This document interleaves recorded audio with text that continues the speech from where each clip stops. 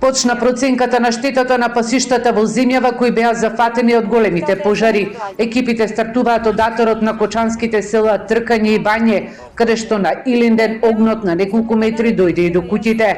Изгореа сува трева и нискостеблеста шума. Токму на овие пасишта во Кочанско се напасуваат околу 1000 овци. Врз основа на анализите и колкава површина е изгорена, ќе се знае и точната штета, но и колку ќе биде потребно да се возобноват пасиштата.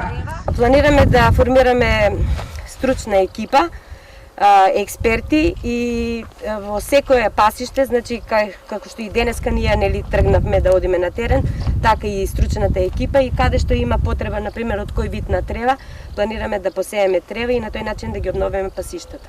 Сточарот Илија Стојков од село Бање до пред големиот пожар на овие пасишта си го напасувал стадото од 400 овци. Сега вели намака се сточарите од Кочанско и Пијанечко-Малешевскиот регион, каде што месецов без неа големи пожари. Храна нема доволно, храна е припремана за зиму, а сега моментално вие 2-3 месеца не знам што ќе се прави.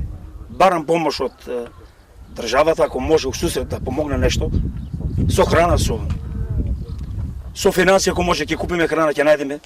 Вие 3 месеца ни проблем многу, не знам што да се прави.